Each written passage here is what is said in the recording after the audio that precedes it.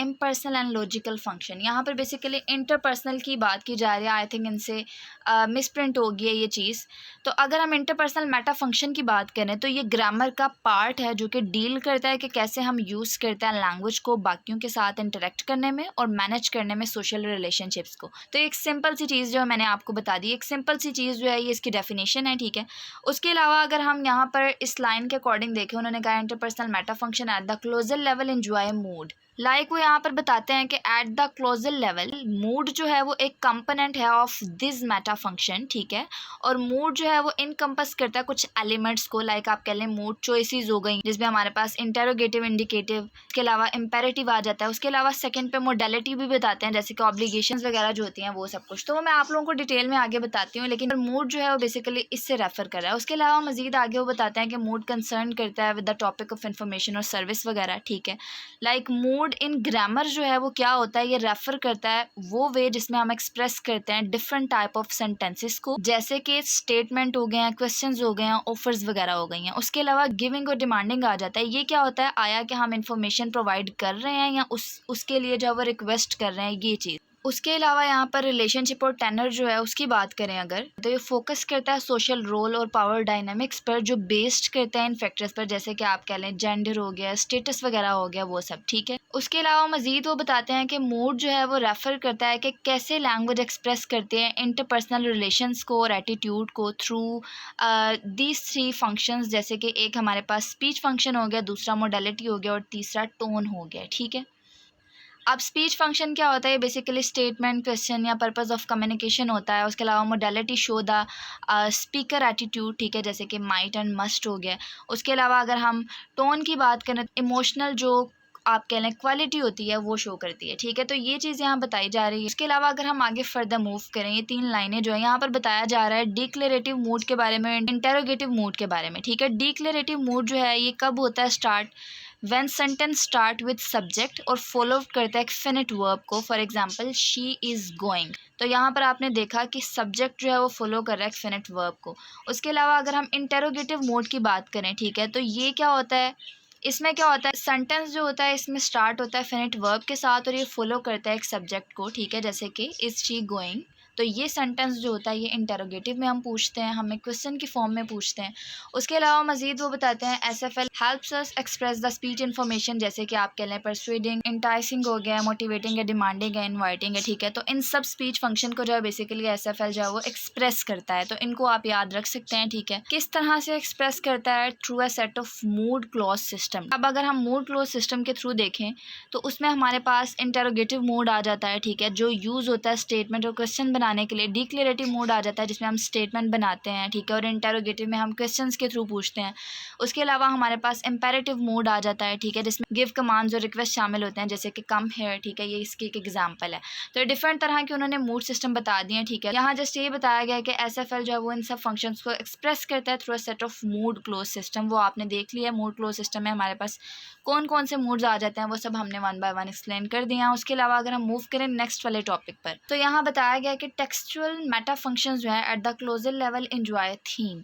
अब यहाँ पर थीम की बात की जा रही है, थीम और राइम दोनों की बात की जाएगी। थीम जो होता है वो बेसिकली क्या होता है, वो स्टार्टिंग पॉइंट होता है सेंटेंस का, अमूमन आप कह लें टॉपिक होता है और नाउन इन्फॉर्मेशन जो होती है वो कहलाती है। जबकि राइम की अगर हम बात करें, ये हमारे पास रेस्ट ऑफ द सेंटेंस होता है जो प्रोवाइड करता है न्यू इन्फॉर्मेशन को, ठीक है। और थीम पर जो है वो आप कह लें कमेंट जो होता है उसको भी बोलते हैं, ठीक है। फॉर एग्जांपल मैं एक एग्जांपल अगर सिंपल सी दूं तो हम कहेंगे the cat is on the mat, ठीक है। तो इसमें कैट जो है वो बेसिकली थीम है और इज़ ऑन द मैट जो है वो बेसिकली राइम है जो देता है हमें एक नई इन्फॉर्मेशन। तो जस्ट यहाँ पर ये चीज़ बताई जा रही है। बाकी चीज़ें अगर आप रीड करना चाहें कर लें, अदरवाइज इतनी ज़्यादा इंपॉर्टेंट नहीं है। जो मेन कॉन्सेप्ट था वो थीम और राइम का था। उसके अलावा अगर हम कोरियन की बात करें तो ये रेफर करता है कि कैसे सेंटेंस जो है वो इकट्ठे जुड़ते हैं टेक्स्ट में और एक मीनिंगफुल कनेक्शन जो है उसको क्रिएट करते हैं। For example she enjoyed the concert and the music was beautiful, ठीक है। यहाँ पर देखें हमने दोनों मिलते जुलते सेंटेंस जो है वो यूज़ किए। ऐसा नहीं हुआ कि एक सेंटेंस मैंने यूज़ किया एंड देन मैं किसी और टॉपिक पर आ गई, ठीक है। तो बेसिकली सेंटेंस जो है वो इकट्ठे जुड़े होते हैं टेक्स्ट में और ये एक मीनिंगफुल कनेक्शन बना रहे होते हैं उन सेंटेंसेस का। उसके अलावा टाइप्स ऑफ कोहेजन की बात करें तो वो बेसिकली हमारे पास रेफरेंसिंग आ जाता है, देन हमने इसमें सब्स्टिट्यूशन और एलिप्सिस पढ़ना है, उसके अलावा हमारे पास थर्ड पे लेक्सिकल कोहेजन आ जाएगा, ठीक है। अगर हम यहाँ पर देखें रेफरेंसिंग को, तो ये यूज़ करता है कुछ वर्ड्स को, जैसे कि आप कह लें सिंपल सा अगर मैं आपको इसका कॉन्सेप्ट बताऊं, हम इसमें जो है वो ही, दिस और माइन वगैरह जो है वो यूज़ करते हैं रेफ़र करने के लिए अदर पार्ट ऑफ टेक्स्ट और कॉन्टेक्स्ट से, ठीक है। जैसे कि सिंपल सी अगर मैं आपको इसकी एग्जांपल दूं तो हम कहते हैं कि John lost his book, he was upset, ठीक है। तो इसमें ही जो है वो रेफ़र कर रहा है टू जॉन, ठीक है, लाइक जॉन को जो है वो दोबारा से रेफ़र कर रहा है। हमने यहाँ पर जॉन का नाम नहीं लिया बल्कि हमने उसकी जगह पर एक प्रोनाउन यूज़ कर दिया। तो ये बेसिकली रेफ़र करने के लिए जो है वो रेफरेंसिंग यूज़ होता है। उसके अलावा मज़ीद वो बताते हैं कि रेफरेंसिंग जो है वो क्लासीफाई करता है होमोफोरिक में, एक्सोफोरिक में, एंडोफोरिक में, ठीक है, कैटेगरीज रिस्पेक्टिवली, ठीक है। यहाँ पर डिफरेंट कैटेगरीज बताई गई हैं। अगर मैं आपको वन बाय वन बताना भी चाहूँ तो वो इतना डिफ़िकल्ट नहीं है, वही चीज़ें उन्होंने आगे बताई कि रेफ़र करता है कल्चरल शेयर्ड इन्फॉर्मेशन से, हम इसको स्टडी कर सकते हैं। बाकी अगर आप लोग इसको ना भी याद करें तो कोई मसला नहीं है। यहाँ पर हमारे पास बेसिकली होमोफोरिक की बात की जाएगी तो ये रेफ़र करता है शेयर्ड कल्चरल नॉलेज से, ठीक है। शेयर्ड मतलब कि एक जैसी जो कल्चरल नॉलेज होती है उसको रेफ़र करने के लिए, ठीक है। जैसे कि 4th of जुलाई हो गया, इस तरह की एग्जाम्पल आप लोग फिट कर सकते हैं यहाँ पर। इसके अलावा एक्सोफोरिक जो होता है इसमें हम रेफ़र करते हैं टू इमीडिएट कॉन्टेक्स्ट, ठीक है। और एंडोफोरिक में हम रेफ़र करते हैं to text itself. For example जो अभी मैंने आपको बताया कि John lost his book, he was upset, तो यहाँ पर हमने ही वर्ड यूज़ किया।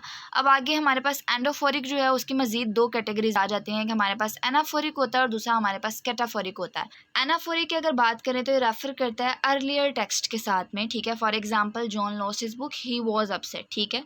तो हमने क्या किया, रेफ़र बैक टू जॉन जो कि मैंशनड अर्लियर था, जो पहले से ही मैंशन था।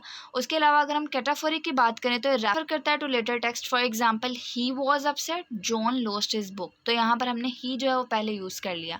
सो बाद में जब हमने रेफ़र बैक टू जॉन किया तो ये चीज़ यहाँ बताई गई है। उसके अलावा मज़ीद जो है वो और भी कैटेगरीज हैं, लेकिन बेहतर है कि जो चीज़ पूछी गई है उसी को हम डिफ़ाइन करें, टू द पॉइंट चीज़ लिखें तो इनफ होगा।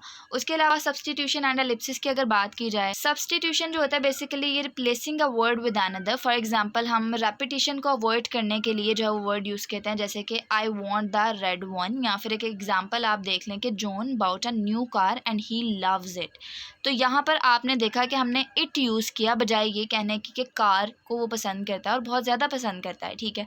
तो हमने यहाँ पर इट यूज़ कर लिया। तो ये जो है वो बेसिकली हमने यहाँ पर रेपिटिशन को अवॉइड करने के लिए जो हमने यहाँ पर एक वर्ड को जो है वो रिप्लेस कर दिया। इसको जो है बेसिकली हम सब्स्टिट्यूशन कहते हैं। एलिप्सिस की अगर हम बात करें तो हम कुछ वर्ड्स को छोड़ देते हैं, इसलिए नहीं बोलते कि हमें पता होता है कि सामने वाला समझ जाएगा। फॉर एग्जांपल अगर हम कहते हैं कि she likes cat, he does, she likes coffee, he tea, तो यहाँ पर जो है मैंने ये नहीं कहा कि ही लाइक्स टी, मैंने उसको जो है वो ख़त्म कर दिया, छोड़ दिया उस वर्ड को, क्योंकि मुझे पता है कि सामने वाला समझ जाएगा। तो उस कॉन्टेक्स्ट में जिसमें आपको पता हो कि सामने वाला समझ सकता है उसमें आप लोग एलिप्सिस यूज़ कर सकते हैं। तो इसको जो है बेसिकली हम एलिप्सिस कहते हैं। उसके अलावा अगर हम लास्ट वाला जो पार्ट है वो देखें, लेक्सिकल कोहेजन, इसमें जो है हम क्या करते हैं, यूज़ करते हैं रिलेटेड वर्ड्स को लिंक करने के लिए पार्ट ऑफ टेक्स्ट से। फॉर एग्जाम्पल मैं अगर एग्जाम्पल दूँ आपको कि the weather was hot, the heat was unbearable, ठीक है। तो यहाँ पर आपने देखा कि मैंने रिलेटेड वर्ड्स को जो है वो यूज़ किया लिंक करने के लिए अपने पार्ट ऑफ टेक्स्ट से, ठीक है। तो इसको हम लेक्सिकल कोहेजन कहते हैं। उम्मीद करती हूँ आप लोगों को समझ आई होगी। लिटरली बहुत ज़्यादा मेहनत के बाद जो है वो इतने सिंपल से वे में आप लोगों के लिए लेक्चर प्रिपेयर होता है, बिकॉज देखने में इतने लेंथी टॉपिक्स हैं तो जो बंदा प्रिपेयर कर रहा है उसके लिए कितने ज़्यादा लेंथी होंगे। खैर उम्मीद करती हूँ कि आप लोगों को लेक्चर समझ आया होगा। अगर लेक्चर अच्छा लगा है तो लाइक लाजमी करें ताकि लेक्चर जो है वो दूसरे यूज़र्स तक पहुँच सके। मिलते हैं नेक्स्ट लेक्चर में, तब तक के लिए दीजिए इजाज़त। अल्लाह हाफिज़।